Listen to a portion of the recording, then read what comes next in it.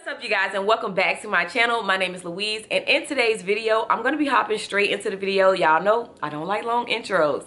So in today's video we're going to be talking about how to refine or relearn who you are, yourself, in 2022. So if that is something of interest of you, then stay tuned. So in today's video, I'm gonna be giving you 5 actionable tips to relearn, refine, or what some people like to call find yourself. So I think it's worth talking about the background, a little bit of my background as to, you know, different areas of my life that I have had to relearn, refine, or just become a new person, if you will. So I am a mom, and I would say still a pretty fairly new mom, right? My son's 19 months. I'm not a pro at this by any chance. I do feel like at this point, I've kind of gotten a routine or an organized kind of like thing down, and I think I can kind of talk to like how I was able to move into this season and how I was able to refine or relearn myself. So a little bit of my background is beyond me being a mom. I would like to just talk about the moment or the time, because a lot of times we know, like, you know, there was a time where you felt like, damn, I don't know myself anymore. So for me, my time where I felt like that was I was in cosmetology school, and I remember going in, and I think my son was like 3 or 4 months.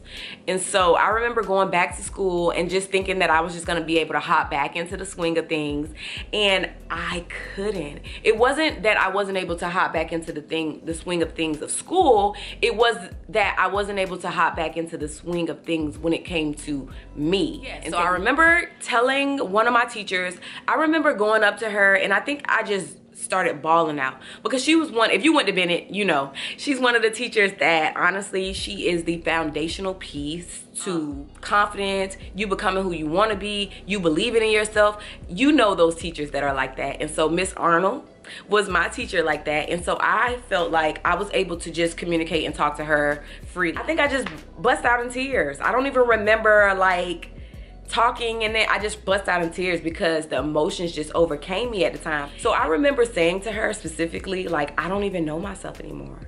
I remember saying that, but I remember also feeling like that, like looking in the mirror and not even like recognizing myself. Like, it was bad.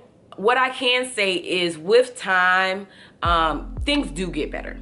Things definitely do get better. I'm gonna hop straight into the 5 things that worked for me to relearn or refine myself. So I remember feeling like I had completely lost my identity. And what I mean by that is I knew exactly who I was before I walked through the doors of cosmetology school. And that had only been about a 1.5 years prior to that.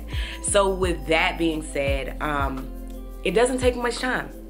It doesn't take much time to lose yourself. It doesn't take much time to focus on things that are not of you. It doesn't take much time. So in the phase of me, in a sense, like not knowing myself, I went through anxiety. I went through depression. I went through self-esteem issues. I went through a host of emotions, and I didn't know how to express them. So for me, I know I didn't want to live like that. I know I didn't want to expose my kid to that. I didn't want him to have to be succumbed to the errors in my ways or just how I'm acting because of whatever else happened to me. First tip is going to be kind and forgive yourself. So like, I know for me, my story is a little bit different. Not like it's completely different from a lot of people's stories, but it's definitely different in a sense that I thought I knew what it was, and I didn't know what it was. Take the shame and guilt away from it, because though the emotions of shame and guilt, it just make you feel like you're not worthy of anything that you think you're worthy of. And so for me, I think I had a struggle with forgiving myself, because I was sitting in a place where I was just like, dang, how could I, why could I, why would you? But then once I allowed myself to say, okay, Louise, you don't know what you don't know. Literally, you don't know what you don't know, and you can't be faulted by what you don't know. But once you know, then there's a difference. That's gonna push me on to the second tip. Evaluate the present and stay there. So So before we go off on a tangent, I want to say that a lot of times we have so many issues because we live in the past or we live in the future versus living in the right now. So present moment living, I have been practicing that, I want to say, for at least like the last 9 months, and it has been a challenge. Definitely hasn't been easy. I'm not a live in the past kind of person. I'm a live in the future kind of person. So I'm always in the future, which also leads to anxiety, which cannot be good. I started taking anxiety medications earlier, or at the end of last year, and I stopped. But if you guys want to know more about that, then definitely leave that down in the comment section, because I was on anti-anxiety medication, anti-depression medication for a while. But I came out of that season. I'm no longer doing that. I don't smoke weed anymore. It's a lot has changed, and all of those changes were for me. So I think that honestly, if you look at yourself and you say, okay, there needs to be a change, and then you figure out where that change needs to be made, you make that change, then it's up. My third tip is to explore things that used to be of interest of you. So before you had a baby, before you got into this relationship, before you went down this job hole, whatever the hell happened, before that happened, you used to enjoy yourself. You used to like yourself. You used to love yourself. What was it like before this happened to you? So I think a big part of that is trying to go back and revisit some of the things that we used to love doing. Like YouTube for me is like my outlet.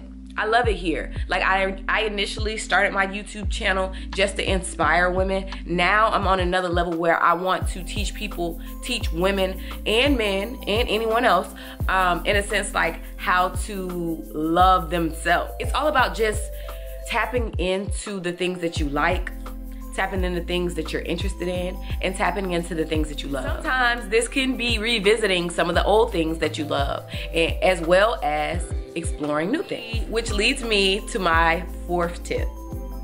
Explore new things. You're a new person. So the thing about it is, when you've experienced something, because of that experience, you become a new person, and not in a physical manner, sometimes physical, but more so in a mental manner, because it's like, okay, I know that the world isn't as nice as I thought it was at one point, or the world isn't as genuine, or it is this, or it is that. And so counteract that by creating a mindset or creating the way that you go out and show up in the world based on the experiences that you've experienced. So you're not the person you were prior to whatever happened to you or whatever happened for you. I would say whatever happened for you, because I don't think that things happen to us. I'm a very firm believer that everything happens for a reason, and lessons are learned, tables are turned, and that's where we're supposed to be. So one of the things that I'm doing a little bit different this year is I'm trying out new things. Like this summer, probably this spring, but the weather in DC is not giving, so summer. This summer I'm gonna be outside with my skater skirts and my booty shorts on with my damn rollerblades. Period. I want to just try something different. Like, mind you, I used to do this stuff when I was younger. So it's like, what is it about the stuff that we did when we were younger that no longer interests us when we older? So I'm getting back into that. I've been reading a lot. I've been getting out a lot. I've just been exploring things that I've always wanted to do. I myself have a bucket list that is very extensive. It's very extensive, but at any point when I'm feeling like or man, I can grab anything from my bucket list, and it literally will open up a different part of myself or brighten my day, just make me happy, whatever it is. And so for me, that's one of the things that I am non-negotiable about, is trying new things. The fifth and most important thing I want to say is seek a solid mental health team. And I say that with so much passion, because I don't think that I would be this far in my journey had it not been for me looking within myself and saying, okay, I need therapy. Like, it's really you against you. It's you against you. But then when you bring kids or you bring other people, you know, your significant others and things like that in the picture, it's not just you. So you have to work on you becoming a better you so that you can be a better you for yourself and for the people around you. I personally have a psychiatrist and a psychologist. One is a talk therapist and one is a medication specialist. The medication specialist literally just gives me my medication and the other one literally just talks to me. If you guys want further details or a video on how I found my therapist, then let me know that down in the comment section, or if any of therapy talks are of interest to you, let me know that down in the comment section. But yeah, you guys, that is what I did, and I would say that this was probably the most effective thing that I did, because what happens in life is that you experience stuff, and because you experience stuff, you may or may not see like things that you pick up from that experience, whether that's good traits or bad traits. You just don't see what you pick up. And so for me, what my therapist allowed me to do is see that you're not always right. Your ideologies are not always right. I get where you're coming from, right? There are other ways to look at things. And then I think for me, my therapist and my psychiatrist are more like puzzle pieces that put the puzzle together, right?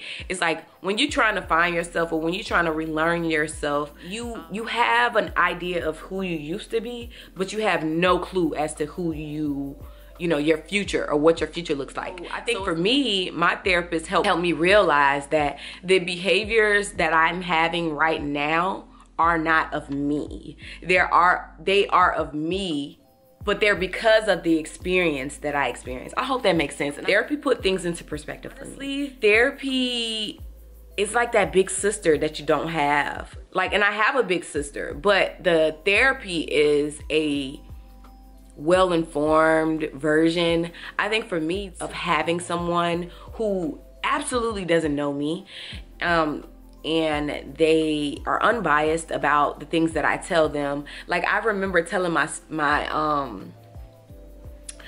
therapist that I wanted to be a stripper, and she was like, okay, like, I know that